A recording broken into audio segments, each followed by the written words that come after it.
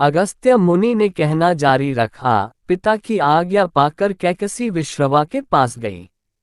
उस समय भयंकर आंधी चल रही थी। आकाश में मेघ गरज रहे थे। कैकसी का अभिप्राय जानकर विश्रवा ने कहा कि भद्रे, तुम इस कुबेला में आई हो। मैं तुम्हारी इच्छा तो पूरी कर दूंगा, परंतु इससे तुम्हारी संतान दुष्ट स्वभाव वाली और क्रूर कर्मा होगी। मुनि की बात सुनकर कैकसी उनके चरणों में गिर पड़ी और बोली कि भगवान, आप ब्रह्मवादी महात्मा हैं। आपसे मैं ऐसी दुराचारी संतान पाने की आशा नहीं करती, अतः आप मुझ पर कृपा करें। कैकसी के वचन सुनकर मुनि विश्रवा ने कहा कि अच्छा, तो तुम्हारा सबसे छोटा पुत्र सदाचारी और धर्मात्मा होगा।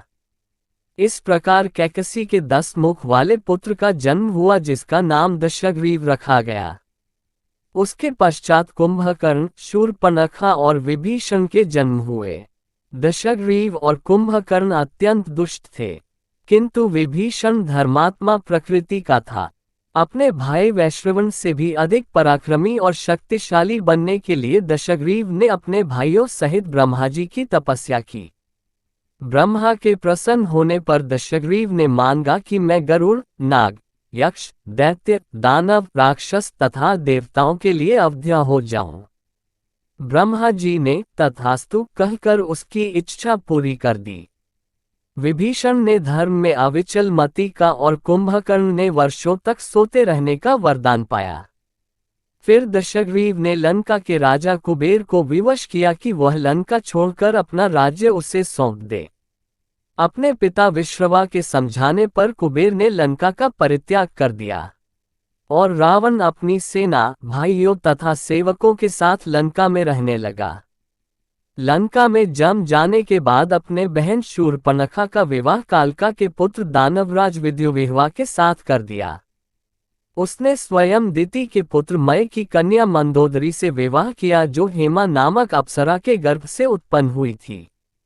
विरोचन कुमार बलि की पुत्री वज्रज्वला से कुंभकर्ण का और गंधर्वराज महात्मा शैलुष की कन्या सरमा से विभीषण का विवाह हुआ। कुछ समय पश्चात मंदोदरी ने मेघनाद को जन्म दिया, जो इंद्र को परास्त कर संसार में इंद्रजित के नाम से प्रसिद्ध हुआ। सत्ता के मद में रावण उच्छृंखल हो देवताओं, ऋषियों, यक्षों और गंधर्वों को नाना प्रकार से कष्ट देने लगा। एक बार उसने कुबेर पर चढ़ाई करके उसे युद्ध में पराजित कर दिया और अपनी विजय की स्मृति के रूप में कुबेर के पुष्पक विमान पर अधिकार कर लिया। उस विमान का वेग मन के समान तीव्र था। वह अपने ऊपर बैठे हुए लोगों की इच्छानुसार छोटा या बड़ा रूप धारण कर सकता था। विमान में मणि और सोने की सीढ़ियां बनी हुई थीं और तपाए हुए सोने के आसन बने हुए थे। उस विमान पर बैठकर जब वह शरवण नाम से प्रसिद्ध सरकंडों के विशाल वन से होकर जा रहा था, तो भगवान शंकर के पार्षद नंदीश्वर ने उसे रोकते हुए कहा कि दशग्रीव, इस वन में स्थित पर्वत पर भगवान शंकर क्रीड़ा करते हैं, इसलिए यहाँ सभी सुर, असुर, यक्ष आदि का आना निषिद्ध कर दिया गया है। नंदीश्वर के वचनों से क्रुद्ध होकर रावण विमान से उतरकर भगवान शंकर की ओर चला। उसे रोकने के लिए उससे थोड़ी दूर पर हाथ में शूल लिए नंदी दूसरे शिव की भांति खड़े हो गए। उनका मुख वानर जैसा था। उसे देखकर रावण ठहाका मारकर हंस पड़ा।